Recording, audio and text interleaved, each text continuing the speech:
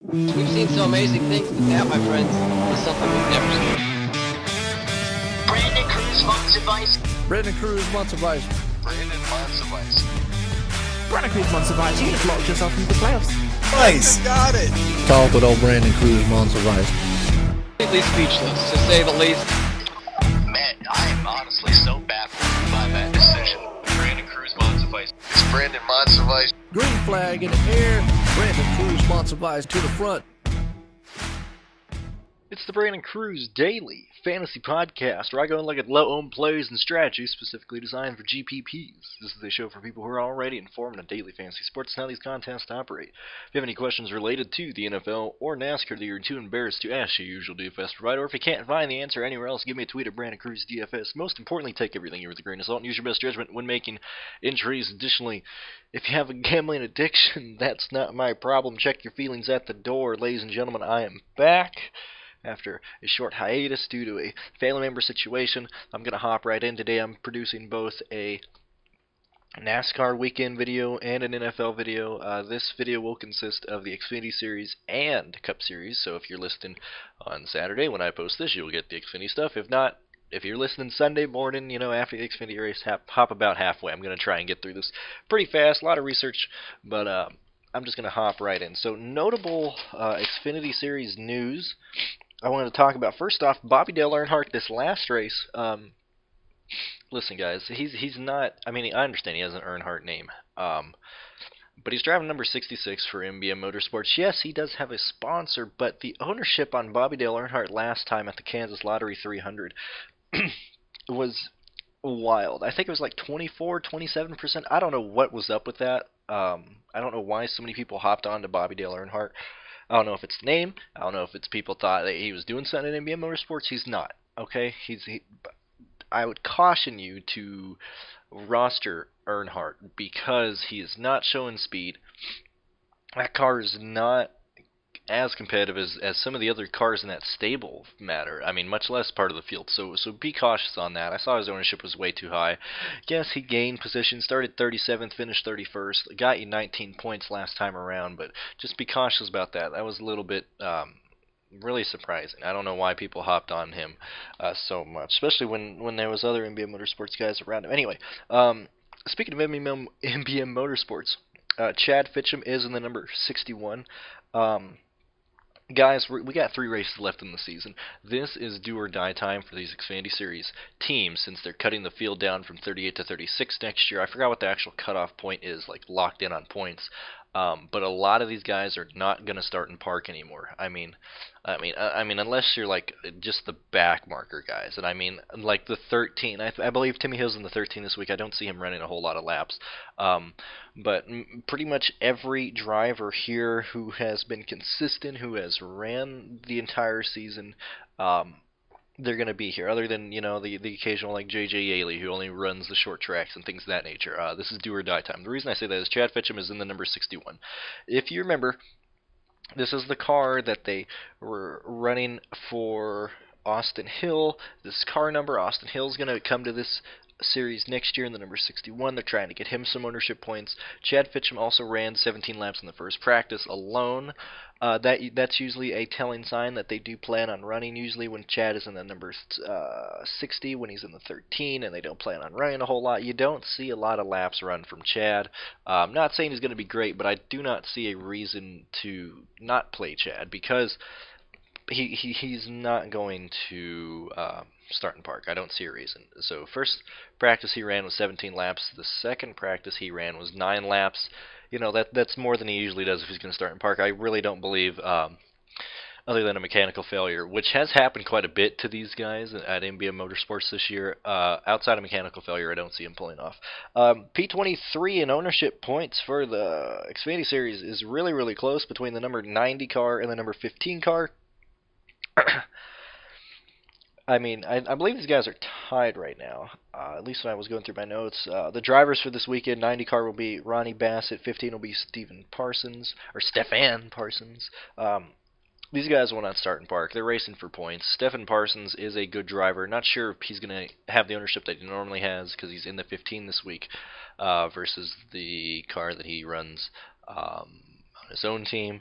Ronnie Bassett Jr., a low-owned guy who usually isn't played nearly as much. The last week he had a fantastic finish, started 20th, finished 15th. But I think that's more of an outlier. Usually he starts 24th, finishes 24th, starts 23rd, finishes, around where he finishes. I would have more faith in Stephen Parsons doing well this week over those two guys. Ryan Sieg hit the wall in practice. He had no backup car. But what are you talking about? He has two cars. No. Okay, so RSR Racing in the number 39 for Siege. They planned on doing a West Coast swing. They did not plan to return back to their shop in Charlotte or wherever the fuck they're from. So he didn't necessarily have a backup car. The only other car they brought was the one for Phoenix. So he hit the wall in practice. They have got the hammers, got the hacksaws, got everything. They're trying to repair this car. As of the moment, I'm recording this at 10:20 a.m. I don't know what the official status of that car is. I'm assuming they're going to get it put together. It's the actual race team. But Siege will most likely be running a car that he wrecked in practice. That's how it is. I don't see them running their Phoenix car at Texas. I'm just saying. So I'd rather get that out there to you. Garrett Smithley has an actual sponsor this week. In the number 0, Connex car, or whatever it was. Usually whenever Garrett Smithy has an actual sponsor, not just a blank number 4 or a red number 4 for BJ McLeod Motorsports, he usually does fairly well. Now, this is interesting. Speaking of BJ McLeod Motorsports, Vinnie Miller is in the number 5 this week. Matt Mills is in the number 78. This has happened a few times at the end of the year, and I can only assume that they're doing this because the 5 needs ownership points, because Vinnie Miller has been kicking ass in the number 78 this entire year. The last time, you see, and I was gone. I was trying to figure this out, and I couldn't really find anything because people don't post pictures worth of shit.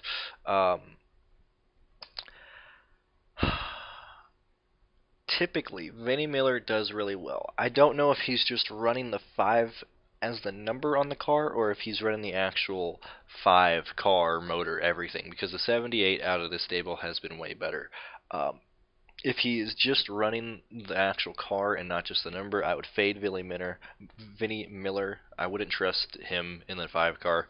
If he's not, I would play Vinnie Miller and skip on Matt Mills, vice versa. Vinnie Miller is the much better driver. He typically has better equipment. Matt Mills is someone I don't really trust in. Matt Mills has been running fast in practice, but I want to see if I can figure that out before the race. Josh Bilicki, sponsored, fully badass, flames on the car, 99 in play. Let's see, that's all I said there. Related to the fast guys, practice 2 is the only 5-lap averages that they had. Most people ran single-lap runs, or they did like 3 or 2 laps in the first practice, things of that nature. 5-lap averages, you're starting for your top 5 is the 2, 20, 00, 7, and 10 car. And for those that keep getting mad at me because I use numbers, that is Tyler Reddick, Christopher Bell, Cole Custer, Justin Allgaier, and Ross Chastain. In those, I would take whoever's the quickest in qualifying, actually, between the 220 and 00, and then Justin Allgaier or Ross Chastain if you can get place differential. Other than that, I think it's going to be a race that you might have to roster 2 of the starting of the big dogs, the guys who had $11,000. Let's just say, for example, you put Reddick and Custard in a lineup together. That leaves you $7,000 on average. If you go down, you're picking someone in the 5,000s. Like I said, I'm most likely going to go with Chad Fitcham, Ronnie Bassett, Josh Bilicki. This is a week where I don't really see any issues paying up for 2 high guys, paying down for like 3 punts, and then looping it back with like Chastain, Cindric, Gregson. I think that's the way it's going to go. The guys that I like right here, I'm not playing as many lineups as usual. I'm focusing on the NFL, like I've said before. But if I was going to play some guys, obviously any of the starting 3, or the big 3, whatever they call them, Justin Allgaier, Chastain, I'm certainly going to try and fit in. Between the punts, I'd most likely rather go Fitcham, Parsons, Josh Bilicki. Let's see. Brandon Brown's actually pretty cheap. Cheaper than what I think he should be. BJ McLeod. I think those would be the main guys I'd focus on right now. Pre-qualifying, all that type of stuff. You got to remember qualifying changes everything. But those are the guys I like going in. The Cup Series at Texas. Now, not really as interesting. I wanted to talk about the last 4 Texas races. That's not bad. We're 9 minutes into it. It should be like a 20-minute video. Talking about the last 9 races for the Cup Series here. One notable thing. The reason I'm doing this is because I don't really want to go too far back before they changed, before they reconfigured the track and when they were running different types of cars and everything. So the last 4 races, the guy that sticks out to me, if you go to racingreference.com, like a fantasy, things of that nature, number 1, based on laps completed, actually, he's tied for the most laps completed, and that's Kurt Busch. 4 races, 0 wins, 0 fives. 4 top 10s, 2 poles. Only 40 laps led. I just found that interesting. After that, Kevin Harvick, 2 wins, 3 top 5s, 4 top 10s. Logano, 1 top 5, 3 top 10s. Kyle Busch, 1 win, 1 top 5, 2 top 10s. Eric Jones, 3 top 5s, 4 top 10s. Jones has been sneaky good here. I'm sure other people will tell you this. But that's an outlier. Usually Jones does not have that stat track on most tracks. Blaney, 2 top 5s, 3 top 10s, 1 pole. Truex, 1 top 5, 2 top 10s. Hamlin, 1 win, 2 top 5s, 2 top 10s. After that, it kind of drops off to just 1, 2 top 10s, things of that nature. Those are the guys I want to talk about, or the stats I want to bring up right there. First practice, 11, 14, 19, 20, 10, and 4 on the 5-lap averages. Now, here, I love these short weeks where it's 2 practices and then qualifying, because people really don't sandbag, they don't really hide anything. I'm going to focus on the final practice here, the 5 and 10 lap runs to really see who I like here. I like Menard as a sneaky play right now. I don't know how well he's going to do. He was pretty fast overall speed on the first practice, but he was 22nd 5-lap averages final practice. No, he wasn't. He was not. He was 14th 5-lap averages, and then on 10-lap averages, Menard was 16th fastest, a little bit faster than what he's used to. I believe like before the last couple of years, his average finish was like 17, 18, 16, somewhere around there. A couple of years back, or these last few years, he's been like 20th, 21st, 22nd. It's the last season. I like Menard as a pretty decent play. Hopefully he'll be under-owned. Really, the same guys are showing speed throughout the practices. Hamlin, Eric Almirola, Clint Boyer, Harvick, Truex. If you go to DFS Tavern, if you watch his video, if you go on his website, he has his Google sheet on there. It shows you everything I'm going off of right now. If you're not using that, it's free. Go check out DFS Tavern for that graph.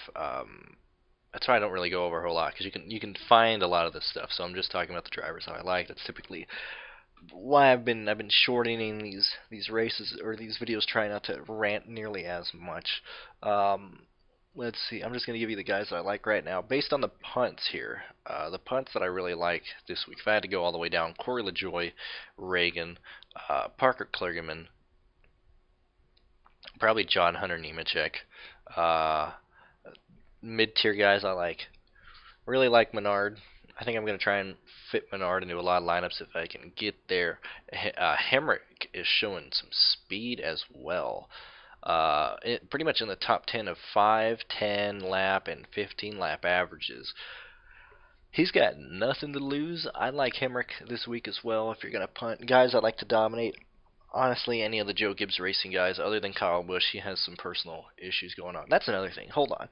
So, if you guys haven't heard the rumors are Kyle Busch cheated on his wife. Don't know if it's true, don't know if it's not. But I was watching some videos since I've been gone, and people are like, well, there's some rumors going around about Kyle Busch. I'm not going to say anything. Like, fuck that, dude. It's rumors. So, I'm not going to leave you guys hanging. The rumor is Kyle Busch cheating on his wife. They had a miscarriage earlier in the year. He has a lot of things. Kyle Busch is not clicking on all cylinders. Regardless of what the reason is, he's not clicking on all cylinders. I'd much rather go with Hamlin, Truex, or even Eric Jones if I'm going to go into the Joe Gibbs Racing stable. Just wanted to put that out there. And any of the Stewart-Haas guys. Those are the people I'm really looking at. Obviously, Kurt Busch with his history, and how he's been running. Same with Larson. So the three major teams I'd focus on this week would be Joe Gibbs Racing, Stuart Haas, and Chip Ganassi. Penske kind of gets lost, hasn't really shown a lot of speed. Decent finishes here, but not really speaking to me right now. And then the punts would be, if I'm going to go down right now, probably LaJoy, like I said, Nemechek. Let me find the other guy that I was looking at. Menard, McDowell, and if you had to go down, whoever's the fastest out of the Rick Rare racing stable.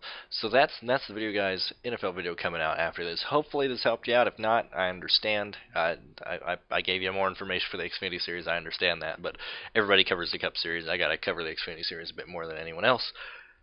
NFL video will be coming out later today, and thank you guys for welcoming me back. I'm back. I should be here, and I will see you next time. Also, going to be at Phoenix next weekend. Lucky me, dude. I'll be at ISM Raceway, Phoenix International Raceway, whatever you want to refer to it as. But yeah, thanks for listening. I'll check you guys out later.